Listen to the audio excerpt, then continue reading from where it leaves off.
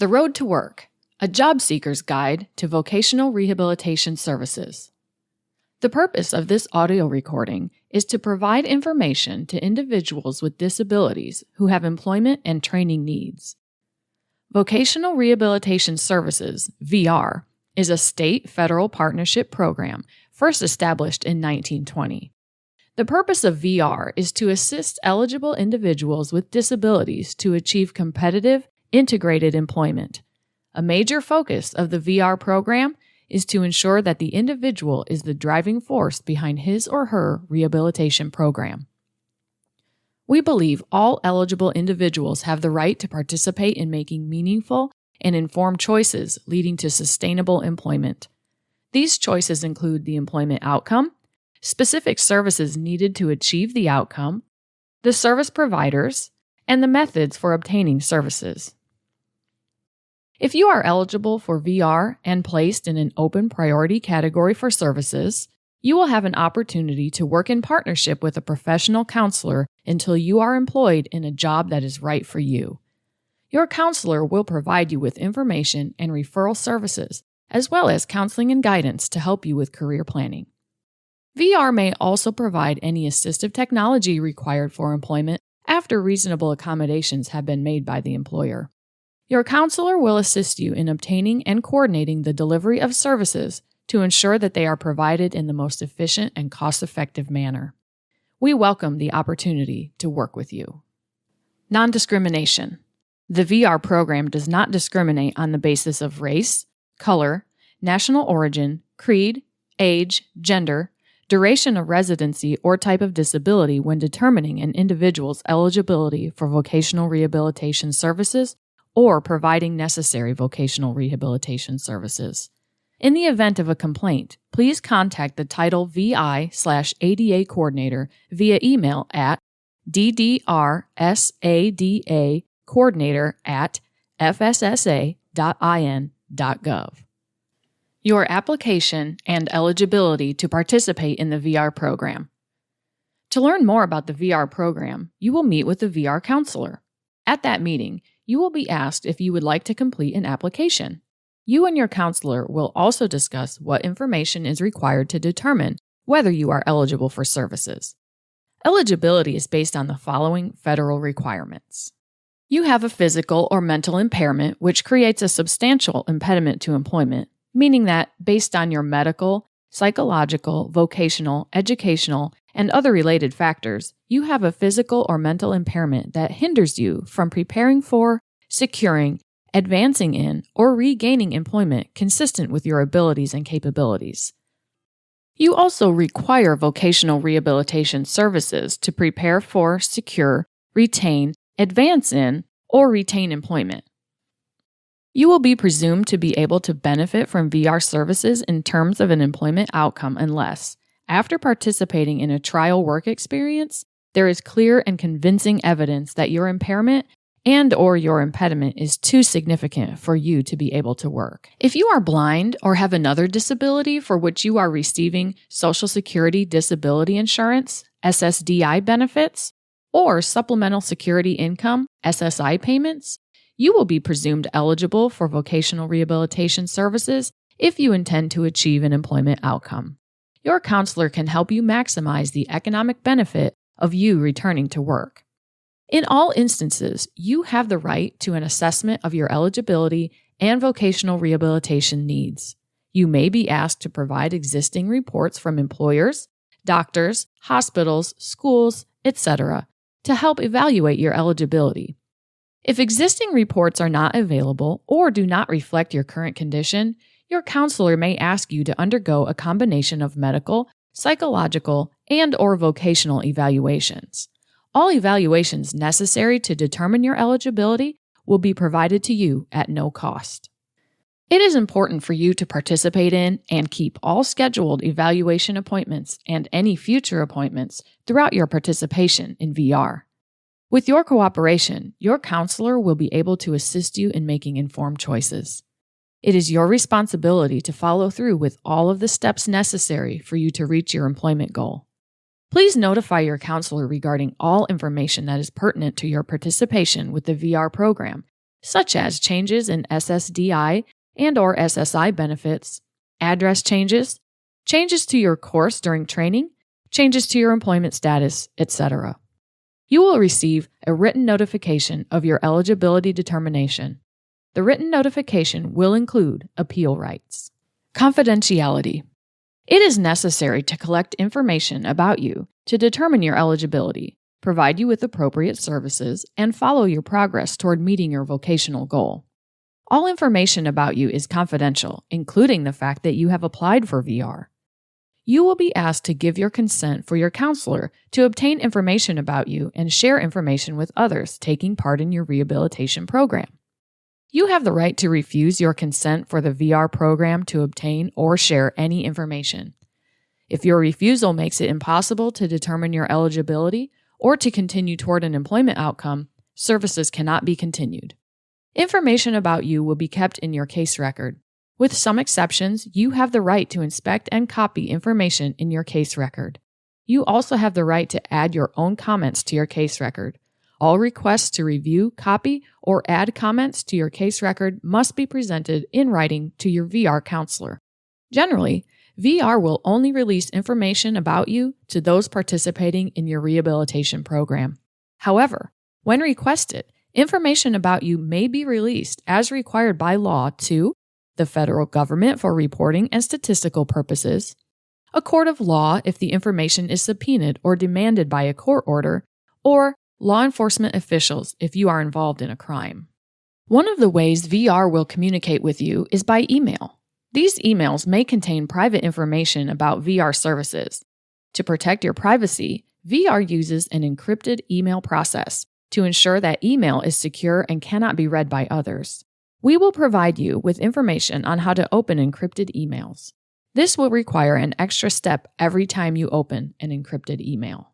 Individualized plan for employment. If you are notified that you are eligible for vocational rehabilitation services, your counselor will help you understand your options for developing an individualized plan for employment, IPE.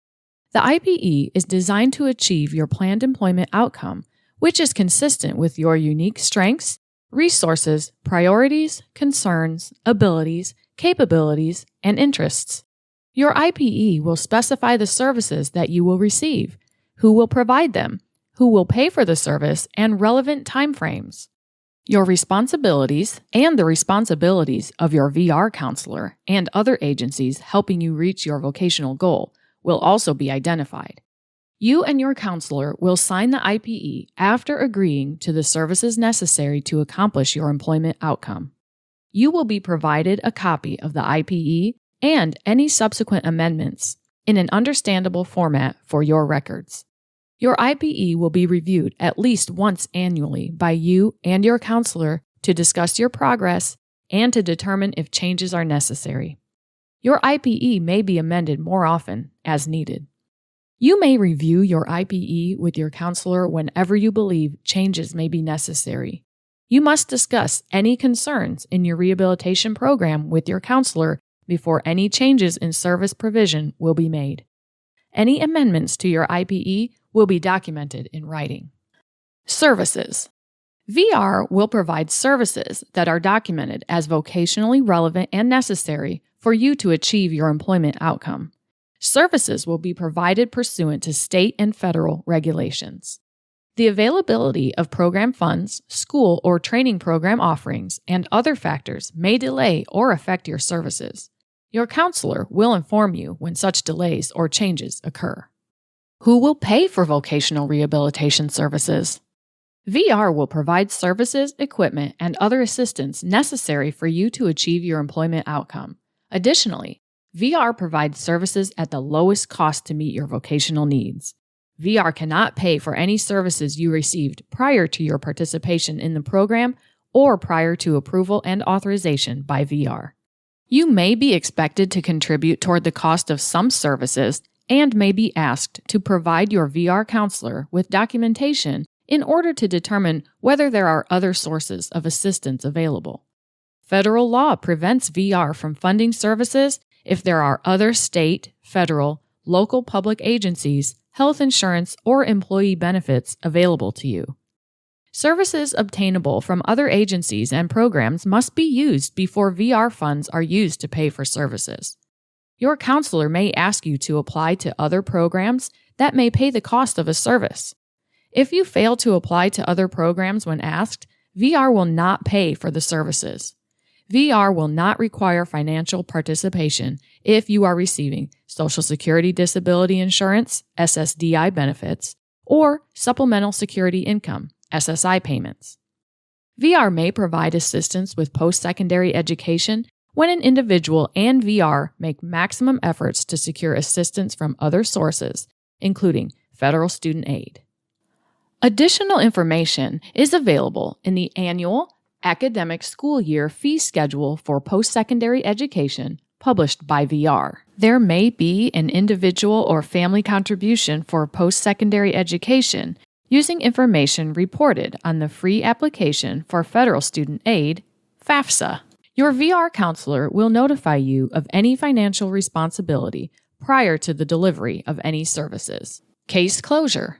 Your case will be closed in the following instances: when you reach your vocational goal, if you are determined ineligible, at your request, if you become ineligible for further services, if your counselor is unable to contact you after multiple documented attempts, or if you fail to cooperate. You have the right to reapply to the VR program at a future date. Order of selection. If a state vocational rehabilitation program does not have enough resources to serve all eligible consumers, federal law requires the agency to implement an Order of Selection, OOS procedure. Your counselor will inform you if VR is operating under OOS at the time you apply for services. An OOS procedure assigns each eligible consumer to a priority category based on the limitations in functional capacities and need for services due to the severity of the disability. Under an OOS procedure, consumers with the most significant disabilities must be served prior to persons with less significant disabilities. Each VR consumer is assigned to a priority category based on the information VR has about the consumer's disability and impediment to employment. Priority categories are served based on the availability of resources.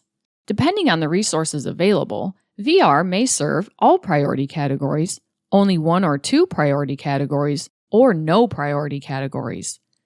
If you are found eligible for VR services but do not meet the requirements for the priority category being served at that time, you will be placed on a deferred services list. If VR can serve some of the consumers in a priority category but not all, VR will serve as many consumers as possible who are on the deferred services list in the order of the date they applied. Every VR consumer has the right to know if the VR agency is operating under an OOS procedure, which priority categories there are under its procedure, the priority category to which they have been assigned, and whether that priority category is being served. To be notified when they have been assigned to a deferred services list. If placed on a deferred services list, to receive regular notifications of their priority category assignment, which priority categories are currently being served, and whether they can then receive services. To request a reevaluation of their priority category assignment, if new information or a change in their disability makes it likely that a review might place them in a higher priority category. To request mediation or an impartial due process hearing regarding their priority category assignment if they believe their category assignment is in error. To request that they be removed from the deferred services list and have their case record closed. Your right to appeal. You have the right to request mediation or an impartial due process hearing if you disagree with any written appealable decision made or action taken concerning the VR services you receive. Appealable actions include eligibility or ineligibility determinations, case closure, the priority category assigned under order of selection, any modification, suspension, or termination of a specific service, and denial of a requested service. Non-appealable actions include actions made by a service provider, Request for information needed to make a decision or evaluate the need for a requested service. And appointment schedule letters. You should discuss any questions or concerns about your rehabilitation program with your counselor before you consider an appeal. However, you may request mediation or an impartial due process hearing without prior discussion with your VR counselor or the area supervisor. All appeal requests must be made in writing, or you may complete and return the request for administrative hearing form included with all written appealable actions. You should include a copy of the notification letter that you are appealing with your appeal request. The written appeal request must be submitted within 20 calendar days from the date of the written decision or action that you disagree with. The written request for an appeal must include the name, mailing address, email address, and telephone number of the applicant or consumer and the consumer's representative if one is designated. A concise statement about the determination made by the VR staff for which mediation and hearing is being requested, and the manner in which the determination has affected the individual's rights, duties, or privileges. Whether the applicant or consumer requests informal supervisory review, whether the applicant or consumer agrees to mediation, any accommodations necessary to participate in the mediation or impartial due process hearing, and the applicant or consumer's signature. If you have indicated that you wish to pursue mediation prior to your hearing, a mediator will be assigned to your case. The area supervisor must also agree to mediation. You have the right to be represented at the mediation session by a person of your choice. During the mediation process, you or your representative may submit evidence and information to support your position. All discussions that occur during your mediation session are confidential. If an agreement is reached during mediation, the mediator will prepare a written mediation agreement that is signed by you and VR. If an agreement is not reached through mediation, the mediator will notify the hearing officer, who will then proceed with your scheduled hearing. You will receive written notification from the impartial hearing officer regarding the time, date, and location of the hearing. You may choose to be represented by legal counsel or any other person. VR will not pay for legal counsel for you during the appeal process. You and your representative may submit evidence or information to support your position, and may examine evidence, information, and witnesses presented by VR and its representatives. The impartial hearing officer will issue a written decision within 30 calendar days after the administrative hearing. The decision will be sent to both parties. If either party is dissatisfied with the decision, either party may request an administrative review from the Director of the Division of Disability and Rehabilitative Services. All requests for review must be received by the director within 20 calendar days of the impartial hearing officer's decision. During the director's review of the hearing decision, both parties will have the opportunity to submit additional evidence and information. The director will send a final written decision to both parties within 30 days of receiving a request for administrative review. If either party is dissatisfied with the director's decision, a civil action may be filed in an appropriate state or federal court. Services may be continued pending review by the court. Client Assistance Program. The Client Assistance Program, CAP, is administered by the Indiana Disability Rights. CAP is available to you if you are seeking or receiving vocational rehabilitation services and you have questions or concerns about VR. CAP operates independently of VR. CAP services are free and are available to you no matter where you live in Indiana. CAP can assist you with the following. Describe what services are available through the VR program. Explain how to get vocational rehabilitation services and how the VR process works. Inform you of your rights and responsibilities within the VR program. Listen to any concerns or questions you have about your participation in the VR program. Investigate your questions or concerns and work with you and your counselor to come to an agreement, and assist you in appealing VR decisions if agreement cannot be reached in other ways.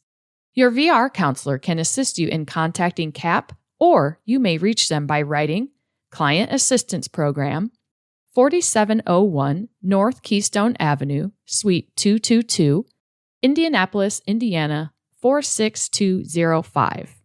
Or you may visit the website www.in.gov/IDR.